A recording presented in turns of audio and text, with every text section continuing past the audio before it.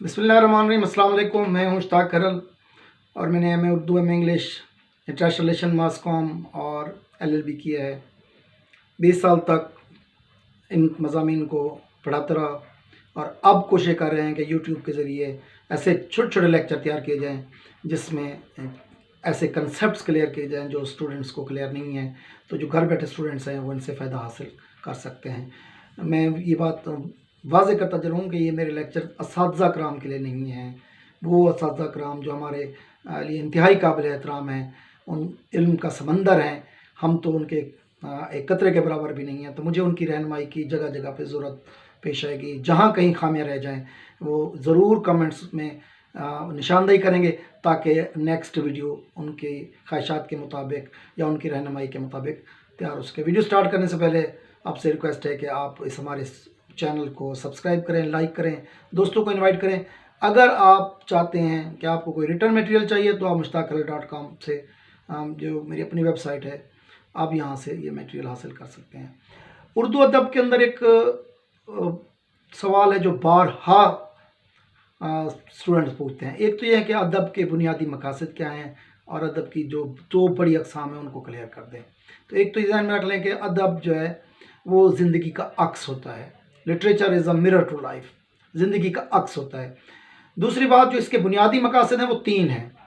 इसमें हमने बुनियादी पहला मकसद इसका होता है एंटरटेनमेंट, दूसरा इंफॉर्मेशन और तीसरा इंस्ट्रक्शन या मॉरल लेसन, कि वो जो हम लिख रहे हैं कहानी, ड्रामा है, नावल, अफसाना या जो भी है, उसका इखलाकी सबक क्या है, उसमें हमें मालूमात क्या मिल रही हैं और हम किस हद तक महसूस हुए हैं।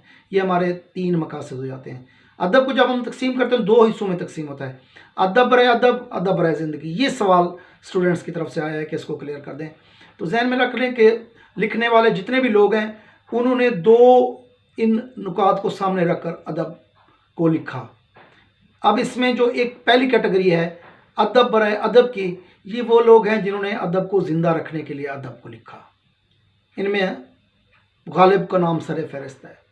उन्होंने इसलिए नहीं लिखा कि लोगों की रहनुमाई कर सकें कि आप ज़िंदगी कैसे गुजारें, किस तरह गुजारें, नहीं, बल्कि जो अदब की बुनियादी खसूसियात हैं, बुनियादी चीज़ें हैं, शायरी में जो हिजर फिराक की बातें हैं, वस्ल और जुदाइयों की बातें हैं, तो उन मौज़ूआत को सामने रखकर जो पहले से एक ट्रेंड चल रहा था, शायरी के अंदर एक ट्रेंड चल रहा था, उसी को जारी रखा।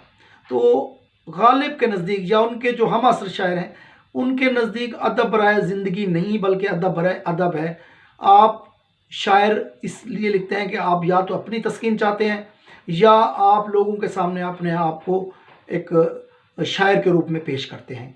जहाँ तक दूसरी कैटेगरी है अदब बराए ज़िंदगी की, ये वो लोग हैं जिन्होंने अगर ड्रामा लिखा, नावल लिखा या कोई शायरी लिखी तो उसका बुनियादी मकसद मुआशरे की इस्लाह था, ज़िंदगी को बेहतर बनाने की तरफ था, ज़िंदगी में तब्दीलियाँ लाने की तरफ था। इनमें हमारे पास सबसे बड़ी एग्जांपल जो है वो अल्लामा इकबाल की है। अल्लामा इकबाल साहब की जो शायरी है वो सारी अदब बराए ज़िंदगी की तरफ जाती है।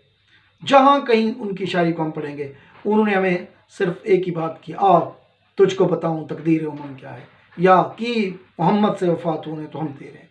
यहाँ पर जगह जगह पर उन्होंने मुसलमानों की जो सबका तारीख़ है उसको दोहराने और मुसलमानों को अपना माजी याद दिलाने की कोशिश की और उसके साथ साथ उन्हें इश्क़ रसूल और अताअत इलाही की तरफ राग़िब करने की कोशिश की है।